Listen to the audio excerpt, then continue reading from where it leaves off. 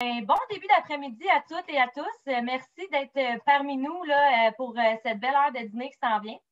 Donc, dans le cadre du programme Accueillir un stagiaire, on a monté une conférence sur le marketing ressources humaines, donc l'ultime complément à votre recrutement.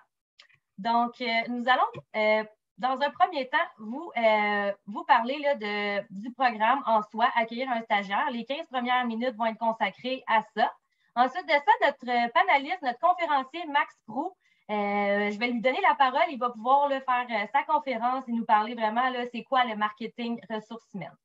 Donc, moi, Johanna Fulvio, vais commencer justement à vous parler là, du programme, le magnifique programme Accueillir un stagiaire relevant de la plateforme Pratique ARH. Donc, ce que vous allez apprendre aujourd'hui, c'est ce qu'est le programme Accueillir un stagiaire, la procédure à suivre pour bénéficier d'une subvention salariale pour les étudiants, ce qui différencie aussi le marketing ressources humaines du marketing classique, les bons outils à utiliser, les bonnes pratiques grâce à des exemples concrets qui seront donnés par Maxime, comment développer et entretenir la marque employeur et, très important, comment rejoindre la nouvelle génération. Ce qui m'amène au but du programme. Donc, les objectifs en soi, c'est vraiment pour remédier à la pénurie de main-d'œuvre, encourager l'accueil de stagiaires, de supporter les entreprises dans leur demande de subvention.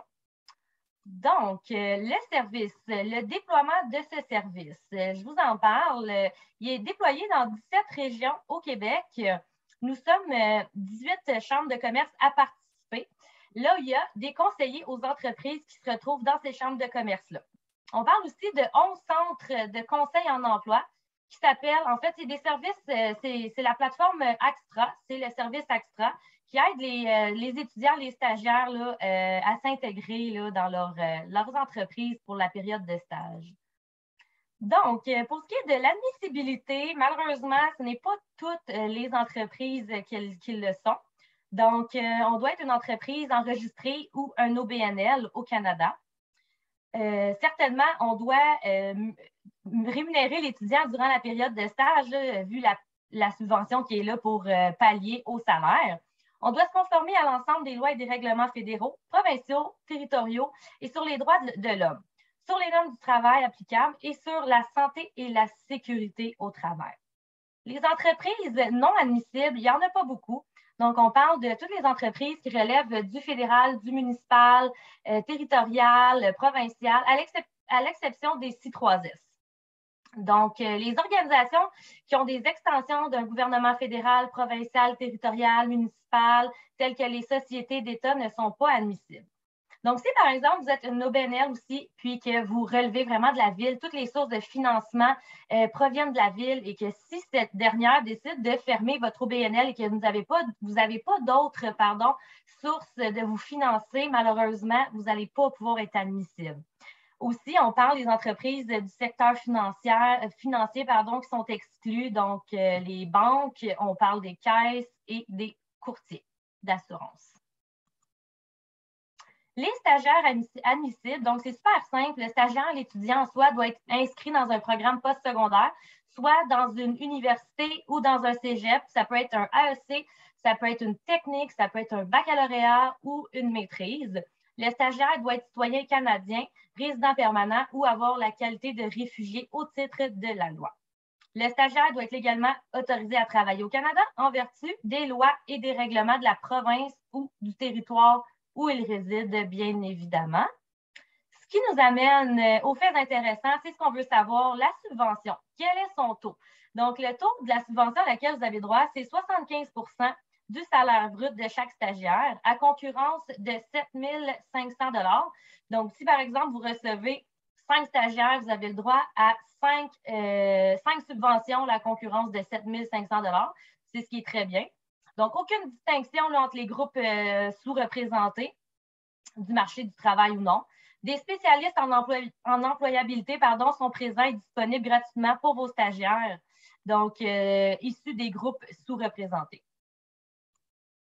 Les 3 étapes clés pour obtenir cette belle subvention. Donc, Nous, on est là surtout pour diminuer la lourdeur administrative liée justement à remplir les documents. C'est un des avantages aussi. Il y a plusieurs programmes de subvention qui existent, mais nous, on est là vraiment pour aider les entreprises, pour les aider à remplir les documents. Donc, ça, on y va étape par étape. C'est super simple. Les documents de l'étape 1. Donc, c'est 4 documents qu'on va vous envoyer. À la minute que vous trouvez votre stagiaire, vous nous contactez, on vous envoie ces 4 documents-là. Vous les envoyez à l'adresse courriel que je vais vous inscrire, bien évidemment. Ça prend de 24 à 48 heures avant que ces documents-là soient analysés, avant d'avoir une réponse. Puis, l'étape 2 s'enclenche seulement au moment où est-ce que l'étudiant a commencé sa période de stage. Donc, ça prend un début de période de stage parce que ça va nous prendre la copie du premier relevé de paye de votre étudiant, vos informations bancaires de votre entreprise, puis une entente de subvention signée. Donc, une fois ces 3 documents-là remplis et qui nous sont envoyés, vous avez votre premier 50 du 75 de la subvention à laquelle vous avez droit directement dans votre compte de banque. Donc, on n'a pas besoin d'attendre que l'étudiant ait terminé son stage dans votre entreprise avant d'avoir une somme monétaire. C'est ce qui est encore là un des avantages là, que notre programme Accueillir un stagiaire soulève. Puis, l'étape 3, ça va vraiment juste à la fin du stage là, de votre étudiant ou de votre étudiante. Donc, on va vous faire remplir un sondage par le superviseur de votre étudiant et un sondage par le stagiaire. Ça va nous prendre aussi la copie du dernier relevé de paie de votre étudiant. De là, pourquoi la dernière étape, la 3e étape, se passe à la toute fin du processus. Donc, la valeur ajoutée, comme je disais tout à l'heure, il y a plusieurs programmes de subvention qui existent, mais nous, la valeur qu'on ajoute à tout ça, nos avantages, ce qui nous rend unique, l'accompagnement par une ressource régionale en français. Donc, si, par exemple, vous êtes une entreprise, vous n'êtes pas super à l'aise avec des rencontres virtuelles, nous, moi, étant dans la Montérégie, je vais me déplacer, aller vous rencontrer, vous expliquer quels sont les services gratuits en ressources humaines qu'on peut vous offrir. On parle d'un processus de demande simplifié. Une réponse entre 24 et 48 heures après le dépôt de la demande, tel que mentionné ultérieurement. Le premier paiement de 50 de la subvention dès la première période de paie du stagiaire et accompagnement des employeurs qui accueillent des stagiaires provenant des groupes sous-représentés. Ça, c'est le service extra que j'ai parlé un peu plus tôt. Donc, maintenant, je vais passer la parole à notre conférencier, Max Proulx, qui va pouvoir là, nous parler un petit peu, c'est quoi le marketing, les ressources humaines. Donc, Maxime, à toi la parole. Merci beaucoup, Joanna, et merci beaucoup de me recevoir aujourd'hui, cet après-midi. Moi, je suis conseiller aux entreprises dans la région de l'Outaouais, donc un collègue de Joanna. Et dans le fond, c'est moi qui, en partenariat avec d'autres de mes collègues, qui ont monté un petit peu cette conférence-là dans le but non seulement de vous aider, tu sais, la subvention, elle vient peut-être vous motiver à aller chercher des stagiaires appartenant, dans le fond, aux études supérieures, mais encore là, il y a toujours cet enjeu-là de les trouver. Et de les attirer et de vouloir les fidéliser dans notre entreprise. Et c'est ce que cette conférence-là vient faire. Non seulement ça, mais vous êtes en constante compétition avec des plus grandes entreprises, des plus gros employeurs. Moi, c'est la réalité avec moi en Ottawa, avec le gouvernement fédéral, qui sont déjà en train de faire du marketing de ressources humaines. Alors, le but aujourd'hui, c'est de vous outiller pour bien vous présenter et en même temps vous introduire peut-être au concept de la marque employeur. C'est quoi, dans le fond, le marketing de ressources humaines, c'est quoi? C'est essentiellement comment est-ce qu'on est capable de publiciser ce qu'on va appeler aujourd'hui l'expérience stagiaire. Et ça donne, si on veut, votre marque employeur. C'est quoi la marque employeur? C'est, dans le fond, la perception de tous les acteurs externes de votre entreprise sur vos pratiques en tant qu'employeur. Dans le fond, de la même manière qu'une autre entreprise ou d'un autre client pourrait vous percevoir comme vous fournissez un bon service, peu importe c'est quoi votre entreprise, vous fournissez un bon service dans votre industrie, ben, la marque employeur, c'est dans votre industrie, vous traitez bien vos employés, vous traitez bien, c'est le fun de travailler chez vous, les gens restent, peu importe. C'est la façon dont tout est perçu, que ce soit, par exemple, des instances gouvernementales, des partenaires d'affaires et évidemment des candidats potentiels. Donc, si on veut, L'expérience stagiaire, c'est ce qu'on essaie de projeter à travers les tactiques de marketing de ressources humaines et le tout donne, si on veut, l'espèce de marque employeur, mais c'est tellement un concept large qu'on va vraiment se concentrer sur ce qu'est le marketing de ressources humaines aujourd'hui. On a eu beaucoup de débats sur comment bien vous présenter les effets positifs, si on veut, du marketing de ressources humaines et quoi de mieux, si on veut, de faire une petite mise en situation où moi, je vais, d'une façon un petit peu, dans le fond, un petit peu lousse, je vais faire un petit peu du back and forth, pardonnez-moi l'anglicisme, entre, dans le fond, la perception d'un stagiaire ou une stagiaire et comment vous pouvez faire pour justement bien les fidéliser et les motiver à vouloir appliquer chez vous bien avant que l'entrevue soit passée ou bien avant que le CV soit déposé. Donc, par exemple, moi, je suis Maxime, je suis un étudiant au Cégep en technique informatique ou n'importe quel programme d'informatique qui, dans le fond, et je me cherche un stage qui est obligatoire à l'obtention de mon diplôme. Ma réalité, c'est que j'ai un de mes professeurs qui est coordonnateur de stage et qui est en contact avec des entreprises et je vais lui demander, premièrement, OK, est-ce que tu as reçu des offres de stage? Lui, ce qui souvent, ça c'est quelque chose qui est très répandu au cégep, dans les cégeps, dans les universités, c'est que c'est des formats standardisés, si on veut, d'offres de stage. Donc, tout est égal et il n'y a rien qui ressort réellement du lot. Donc, pour un candidat qui a l'embarras du choix, on s'entend, c'est ça la nouvelle réalité du marché du travail, qui a l'embarras du choix, il n'y a rien vraiment qui ressort des yeux avec ces formats-là. Donc, je vais regarder ces papiers-là qui ressemblent toutes, qui sont toutes pareils. Il n'y a rien vraiment qui m'enchante, qui m'en ressort. Il y a beaucoup une grosse description. Il y a l'air d'avoir bien des tâches. Ça me donne quasiment de l'anxiété juste à lire les feuilles. Je ne sais pas trop. Je me suis dit, OK, c'est moi qui est responsable de mes démarches. Je vais faire mes recherches moi-même. Je vais sur Facebook, puis je tombe justement sur quelque chose qui a été repartagé par un de mes anciens camarades de classe qui a gradué, qui a gradué et qui a repartagé justement une offre de stage. Donc, oui, donc automatiquement, c'est ce que je vois dans mon écran euh, sur Facebook, par exemple. C'est un petit paragraphe vraiment court avec un petit jeu de mots. Tu as plus d'un tour dans ton sac. Il y a une image avec un sac.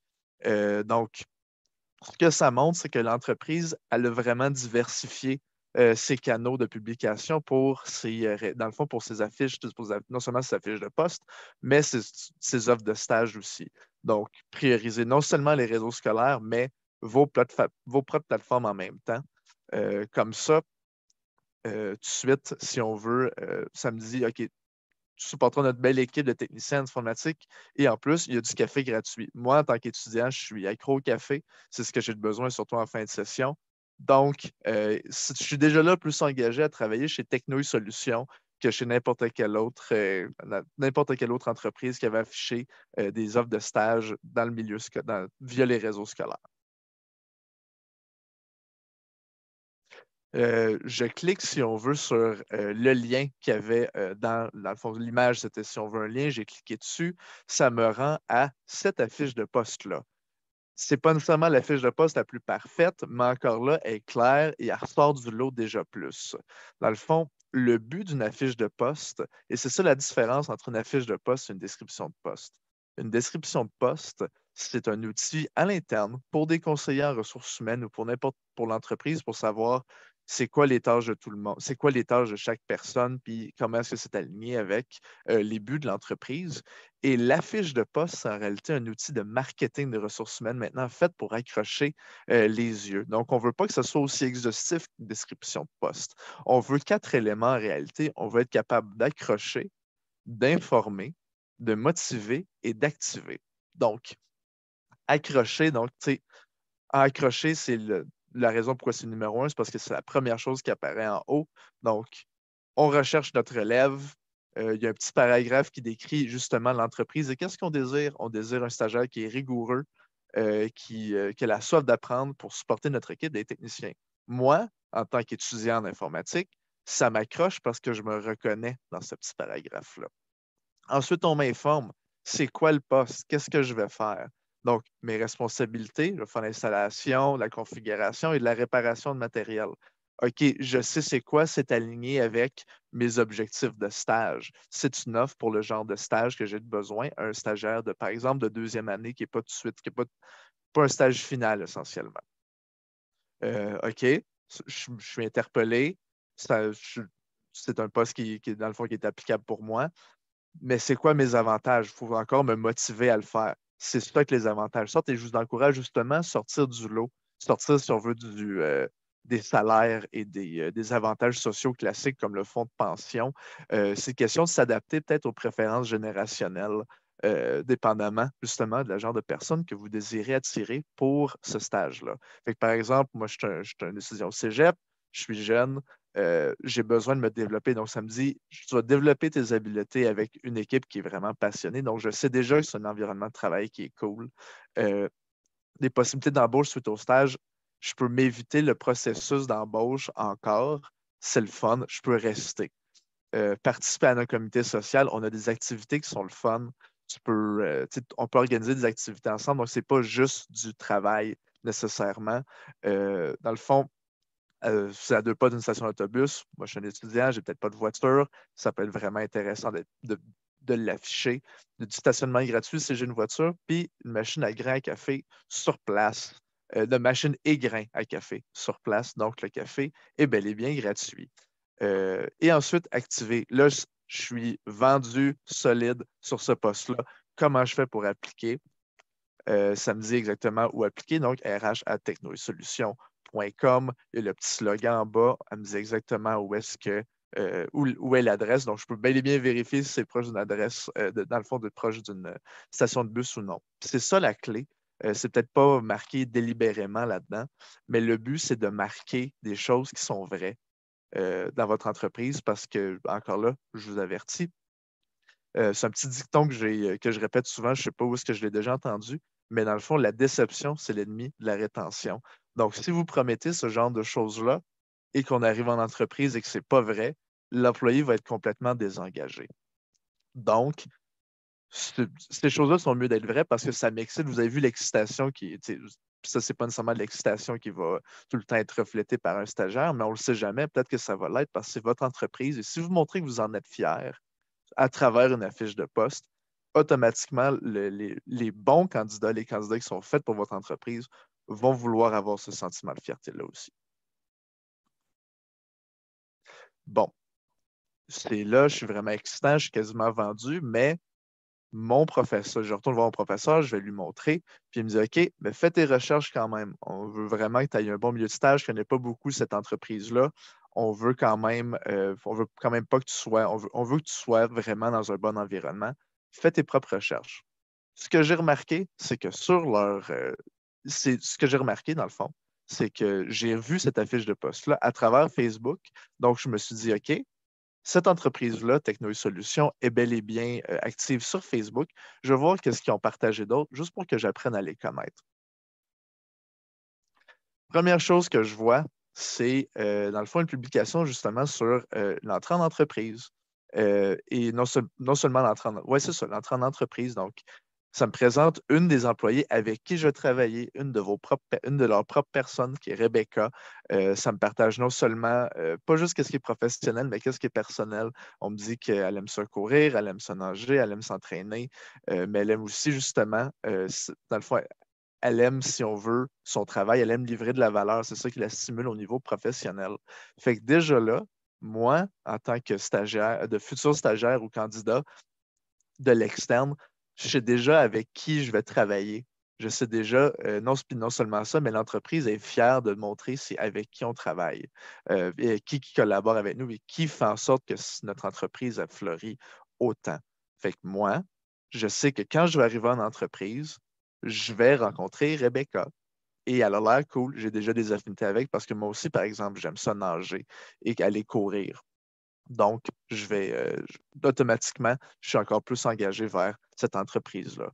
Donc, quand on parle justement, peut-être des bonnes pratiques à ressortir, c'est dans les publications de bienvenue, c'est peut-être sortir du modèle traditionnel puis adresser la dimension humaine comme je l'ai adressé. Fait que c'est pas nécessairement juste les loisirs, mais peut-être des qualités en même temps de la personne. Qu'est-ce qu'on l'apprécie en dehors du fait qu'elle est bonne à qu'est-ce qu'elle fait professionnellement. Puis en même temps aussi, on peut mentionner les responsabilités principales, surtout si on parle de stagiaire, par exemple. Si Rebecca, c'est une stagiaire, on peut mentionner, si on veut, que nous, nos stagiaires, ils font vraiment une différence. C'est pas juste aller faire des photocopies et acheter du café. On démontre justement cette expérience stagiaire-là. Je continue un petit peu plus loin et on monte, dans le fond, on voit, si on veut, une activité qu'ils ont organisée à travers, dans le fond, dans le cadre, si on lit un petit peu la publication, ça dit que c'est cela l'arrivée de l'automne. Jeudi dernier, ils invitaient tous leurs collègues par un pique-nique dans un parc. Ils ont même profité pour inviter les futurs stagiaires qui avaient déjà engagé, qui n'avaient pas encore commencé. Donc, on sent déjà qu'ils amènent, si on veut, ce sentiment de famille-là, ou du moins de complicité, de vouloir passer du temps ensemble, même à ceux qui n'ont pas encore intégré l'entreprise, pour montrer avec qui on est. Dans le fond, tu sais, encore là, ça reste des suggestions pour ça, mais juste être capable de montrer c'est quoi la vie au travail, pas obligé de faire des parties à chaque fin de semaine, puis de les poster puis les publier sur les réseaux fin de semaine ou semaine, dépendamment de votre culture d'entreprise. Mais le but, c'est justement que quand vous avez des occasions comme ça, les publier sur les réseaux sociaux, ça peut engager les gens. Encore là, il y a d'autres exemples. Par exemple, c'est quoi les projets d'entreprise dont vous êtes fiers, que vous voulez réaliser, que vous pouvez partager, prendre des photos de ça et les publier, des consolidations d'équipe ou des célébrations au travail. Fait que, par exemple, que ce soit à l'extérieur ou peut-être une célébration après qu'on ait complété un gros projet. Par exemple, une chambre de commerce qui a terminé de faire ce que terminait leur gala annuel, une petite publication pour montrer à quel point qu'on est fier, puis qu'on a bien travaillé, puis qu'on a eu du plaisir à le faire en même temps, même si c'était comme des gros rushs, des grosses périodes de stress, des projets réalisés, ou même peut-être des actions sociales de l'entreprise. Est-ce que vous avez fait des campagnes de charité? Est-ce que vous faites un virage complètement vert et vous allez sans papier? Ça se publie sur les réseaux sociaux aussi. Vous avez des activités sportives, vous décidez d'aller faire un team building dans un gym de CrossFit, par exemple. Activités sportives, vous pouvez les mettre sur les réseaux sociaux aussi. Moi, ce que ça me montre en tant que stagiaire, c'est que, il y a de la vie, puis ils montrent leur propre monde, faire qu'est-ce qu'ils font dans le day-to-day, puis ça m'informe de que c'est le fun faire ça, puis être avec eux autres, parce que c'est les gens à la fin de la journée qui rendent les choses le fun. Pas une description de poste, pas des tâches, mais l'environnement en tant que tel, l'entreprise, la culture et les gens qui s'y retrouvent. De plus, je continue et je vois justement qu'ils félicitent un de leurs employés à avoir terminé justement dans le fond, si on veut, une certification. Dans le fond, l'employeur a payé. Guillaume a décidé de continuer et de faire ce programme-là et l'a terminé avec grand succès. Donc, ça, c'est une valeur ajoutée pour l'entreprise, donc être capable de payer pour la formation en même temps. Mais d'un point de vue ressources humaines, ça montre que même si, par exemple, moi, je suis un stagiaire, j'ai le goût ça m'a informé plutôt qu'il y avait dans le fond, il y avait des possibilités d'être embauché après. Mais moi, ça me le confirme un peu parce que ça montre qu'ils investissent dans moi. Je peux être stimulé professionnellement, je peux acquérir d'autres compétences, faire autre chose dans le cadre d'une entreprise qui est la même. Je veux rester dans un bon environnement et on me permet justement de rester épanoui au niveau professionnel et ne veux pas personnel au niveau du sentiment d'accomplissement de soi, mais en même temps de rester dans une bonne gang, dans un environnement qui célèbre justement l'automne comme qu'on a vu. Donc, montrer qu'on mise sur l'évolution de nos employés dans une entreprise, dans notre entreprise, fait que la promotion, les promotions à l'interne, autant que la formation. Donc là, ce poste-là est plus considéré sur le niveau de la formation, donc pas obligé de monter de niveau ou de monter dans la hiérarchie si vous avez un organigramme, mais quand même, c'est bon au niveau professionnel et personnel. Mais en même temps, on pourrait appliquer le même concept à quand on a des promotions à l'interne. Donc, par exemple, si Guillaume avait eu un poste de gestionnaire suite à cette certification-là, on le poste aussi parce que, regarde, dans notre entreprise, tu peux rester à plus long terme, tu peux progresser, tu peux avoir des belles avenues. Puis savoir qu'on a un futur dans une entreprise, automatiquement, ça va engager des employés encore plus, employés ou stagiaires ou candidats potentiels. Les réseaux sociaux, puis ensuite le départ. Donc, là, on voit plus justement que Sarah, elle a passé 4 mois chez Techno Solutions en tant que leur stagiaire. Dans le fond, ça serait la personne qui a précédé le poste de Maxime, l'étudiant en technique informatique. Ça l'a souligné non seulement qu'elle a su faire ses tâches, les défis, ça l'a su s'adapter avec brio, mais on souligne en même temps ce qu'on a apprécié d'elle en tant que personne, donc son dynamisme, la rigueur et le sens de l'humour. Pour certaines personnes, ils aiment beaucoup se faire valider de ce sens-là. C'est encore là, c'est apprendre. Ça, dans le fond, c'est du cas par cas selon les personnes et de la manière qu'elles aiment se faire remercier. Je vous invite quand même à regarder c'est quoi les langages d'appréciation au travail de vos employés. Si vous décidez justement de peut-être faire des petites recherches, il y a un livre que je ne fais pas d'argent là-dessus, c'est pas la publicité, c'est juste un concept qui a vraiment révolutionné ma vie, le concept des langages d'appréciation au travail. Je vous suggère fortement d'acheter le livre et peut-être de vous renseigner parce que c'est la meilleure façon, à mon avis, de, de justement apprendre à connaître et apprendre à bien apprécier ses collègues et ses employés de la façon dont ils préfèrent. Donc, si, par exemple, Sarah, elle aimait les mots dans le fond, elle aimait justement qu'on souligne son côté plus humain et ses qualités, voici ce qu'on peut faire avec. Dans le fond, voici un bon exemple de ce qu'on peut faire. Fait, ce qui est une des raisons aussi, on peut se demander pourquoi est-ce qu'on souligne le départ. Ben, veut pas, tout le monde va partir d'une entreprise à un moment donné ou à un autre, que ce soit pour un autre poste, que ce soit qu'on se fasse congédier, qu'on bouge à un autre poste ou qu'on parte en retraite. C'est important quand même de souligner l'impact et d'apprécier que cette personne-là est venue dans notre entreprise, a quand même apporté de la valeur, a quand même décidé de venir chez nous et de nous faire confiance. Juste le fait de le souligner, ça va faire en sorte que d'autres personnes vont pouvoir le voir et dire hey, je me fais apprécier même quand je m'en vais, même quand je prends des décisions pour moi, l'entreprise est contente pour moi aussi. Donc, il ne me manque pas juste ça. Je me dis juste, OK, là, je veux envoyer mon courriel, tout ça, mais je veux, dans le fond, excusez-moi, j'ai envoyé mon CV à l'adresse Technouille.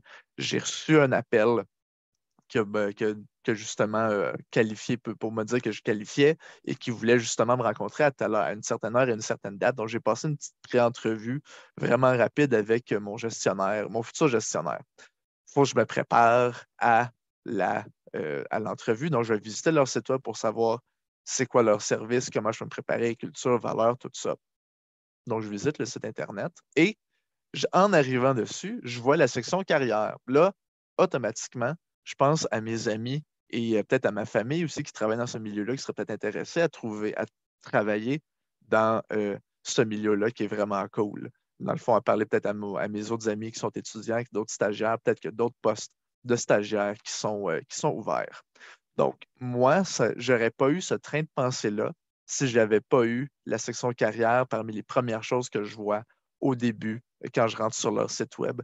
D'où l'importance d'utiliser le site web aussi comme un outil de marque employeur et de marketing des ressources humaines. Montrer que oui, on engage et ça fait partie de nos priorités qu'on peut faire une belle carrière ici chez Techno Solutions. Donc, c'est une petite formule qu'on veut proposer. Le but, c'est justement de réitérer, de bien se présenter encore une fois, parce que si on ne sait jamais comment est-ce que la personne a pu arriver sur le site web ou sur la section carrière, que ce soit à travers le site web, qu'elle a fait plusieurs onglets, qu'elle a pris son temps pour s'y rendre ou qu'il y a eu un lien direct ou qu'elle a cliqué directement sur cet onglet-là ou on lui a envoyé un lien qui menait directement à cette page-là. Donc, réitérer la mission, la vision et les valeurs au cas où la personne qui visite le site web que vous souhaitez fidéliser n'y soit pas. Dans le fond, ne le sache pas nécessairement. En même temps, ça, c'est vraiment au haut de la page avec le logo. Comme ça, on accroche tout de suite et on se rappelle encore de cette formule-là, on s'accroche parce qu'on s'identifie aussi. On a le goût on est créatif, on est rigoureux, on aime ça travailler en équipe, puis on aime ça travailler, on a le goût de développer des solutions innovantes. Oui, ça sonne vraiment intéressant et dynamique. Comment est-ce que je fais pour appliquer? Le milieu de la page, c'est là qu'on va vraiment afficher, si on veut, les postes qui sont ouverts. Donc, on voit justement une espèce de rappel avec la fiche de poste qu'il y avait, dans le fond, la petite publication qu'il y avait sur Facebook au début de la présentation sur le marketing de ressources humaines. Donc, le stagiaire, dans le fond, la même petite image avec le petit tour dans ton sac, on veut te rencontrer. il y a le lien en dessous pour cliquer et accéder justement à la fiche de poste et peut-être à la description de poste aussi ou relier à un autre point. Peu importe, on peut juste lire si on veut. On peut juste revoir la fiche de poste au besoin. L'important, encore là, avec le rappel des images comme ça, si on l'a vu sur Facebook puis on la revoit ici, c'est la même chose. On n'a pas l'impression qu'on applique sur deux différents postes différents. J'ai dit différent deux fois, c'est parce qu'il faut vraiment pas que ce soit. Il faut vraiment que ce soit important. Le bas de la page aussi, c'est les invités, si on veut, à postuler, même si ils n'ont pas nécessairement un poste en tête, même s'ils n'ont pas quelque chose qui les intéresse ou si vous n'avez pas de poste ouvert, ouvrez quand même aux candidatures spontanées. On ne sait jamais sur le quoi est-ce qu'on peut trouver. Le pire des cas, c'est qu'on renvoie un courriel pour dire désolé, on n'est pas intéressé. C'est vraiment comme c'est vraiment une bonne pratique à faire. Comme ça, vous avez l'air humain quand vous traitez des personnes, même des candidats à l'externe, parce ils souhaitent quand même travailler chez vous, même si vous n'avez pas annoncé quelque chose en particulier, ils ont le goût de travailler chez vous. Fait que juste pour envoyer un courriel et les ouvrir justement à envoyer un courriel et envoyer leur CV aussi de façon spontanée. De cette façon-là, vous pouvez tomber sur des petites perles rares en même temps.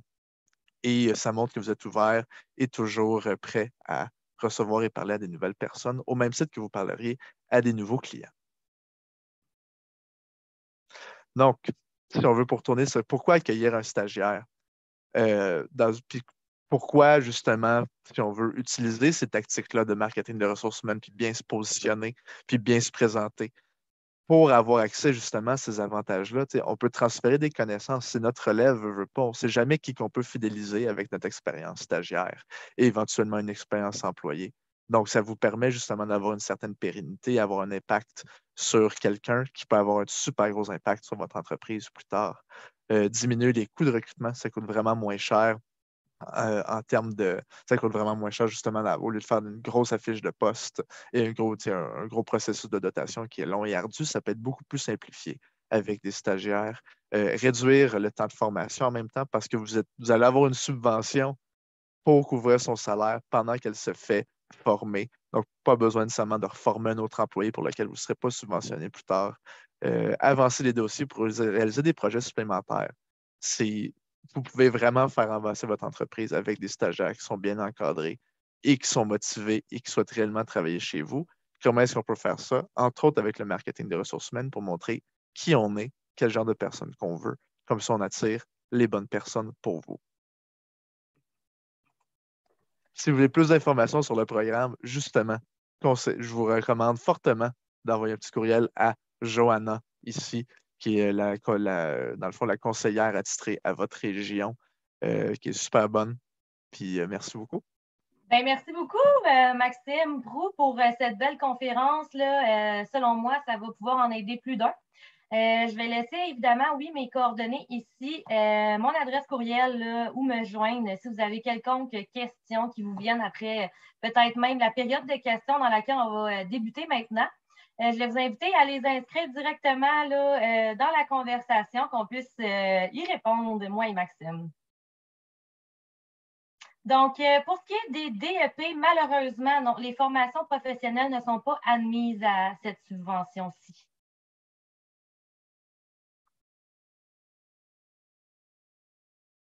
Par exemple, il m'est arrivé à certains cas où est-ce qu'il y avait une entreprise là, qui voulait un stagiaire en peut-être même secrétariat. C'est en secrétariat que ça m'est arrivé.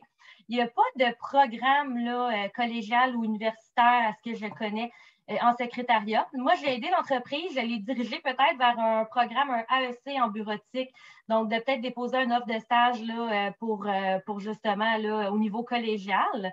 Puis ça a fonctionné, donc peut-être de regarder aussi une alternative. Donc, c'est ce qu'il y en est pour ça. On essaie de pouvoir aider les entreprises là, du mieux qu'on peut, leur offrir le plus de soutien possible, là, en fait.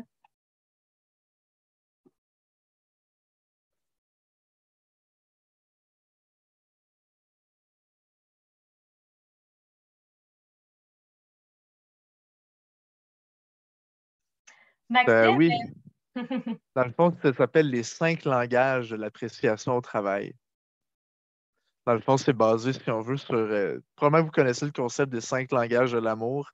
Dans le fond, quand c'est sorti, ça a fait un gros boom. Puis Dans le fond, c'est l'auteur dans le fond, les 5 langages, les 5 langages de l'amour s'est fait approcher par un autre chercheur et scientifique pour dire, hey, on l'adapte au milieu du travail. Et dans le fond, ça a eu un autre grand succès. Il y a même des tests à faire, dans le fond, qui coûtent à peu près je pense que c'est le même prix que le livre si vous décidez simplement faire le test, mais je vous recommande fortement de lire le livre en même temps pour bien comprendre les concepts. Merci beaucoup, Jean. Passe une belle journée. Donc, je voulais vous parler aussi, la plateforme Pratique ARH a plusieurs services gratuits en ressources humaines. Donc, notamment là, un programme de développement des compétences. Donc, si vous êtes une entreprise qui désire avoir un plan de développement des compétences, si vous êtes ouvert à en avoir un, nous, on est là pour justement vous guider, puis essayer d'identifier un petit peu c'est quoi vos enjeux. On a également un autre service qu'on appelle un emploi en sol québécois pour les entreprises là, ouvertes à recevoir des nouveaux arrivants. On a un service d'accompagnement aussi pour intégrer cette personne-là qui est gratuit, là, autant pour vous que pour que l'employé en soi.